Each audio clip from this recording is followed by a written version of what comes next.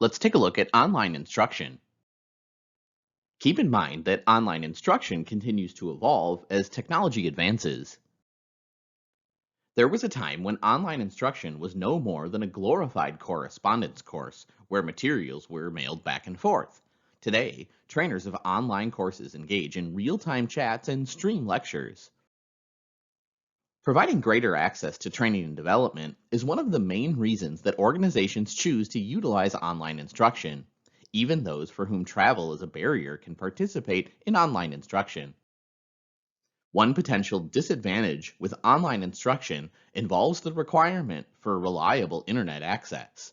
While it is easy to assume that most employees have personal computers and internet access, it's not always the reality. Researchers and policy professionals refer to this as the digital divide. Organizations should be aware that this could also result in disparate impact depending on the demographic makeup of these employees. The cost involved in providing online instruction is often one of the disadvantages.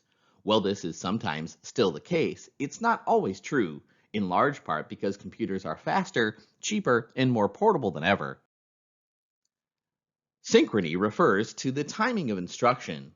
Traditional face-to-face instruction is synchronous, meaning that the trainer is providing the training at the same time the trainee is learning.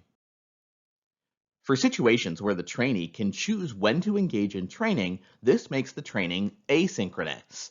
Even if an online training involves testing, there's often a window of time for taking exams or quizzes.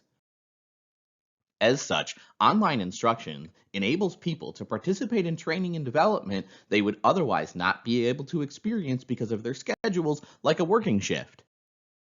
One disadvantage of asynchronous online learning occurs with trainee questions and discussions. Because it doesn't occur in real time, there's a delay between when a question is asked and when it's answered. For many, this can be frustrating. On the other hand, individuals who are reluctant to ask or respond to questions in face to face environments may feel more comfortable doing so in an online context.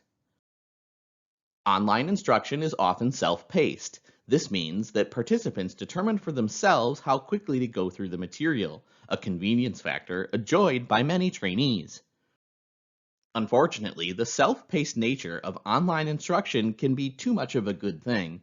If participants are not good at time management, they may procrastinate or try to rush through the material, which can undermine learning. An important and growing subset of e-learning is m-learning, with the M referring to mobile, like training and development on a mobile device. A wide range of mobile devices and apps are now used for online instruction. The principle of gamification in training is simple. The typical elements of game playing, rules of play, point scoring, competition with others, are applied to other areas of activity, specifically to engage users in problem solving. Gamification allows for friendly competition between trainees to encourage engagement in a format already familiar to them. Digital badges, like merit badges from Scouting, allow people to share achievements in a public forum. While the technology behind a webinar may not be cutting edge, it does represent a ubiquitous form of e-learning.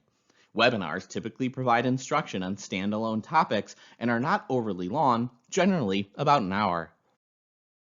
Organizations that want to create their own webinars can choose among a variety of popular programs, and these can be created and accessed in an LMS. An important subset of online education is the massive online open course, more popularly known as a Mooc. As the name implies, anyone with interest can access and register for a Mooc. Because the goal of Moocs is to expand access to education, they're offered at no charge to students.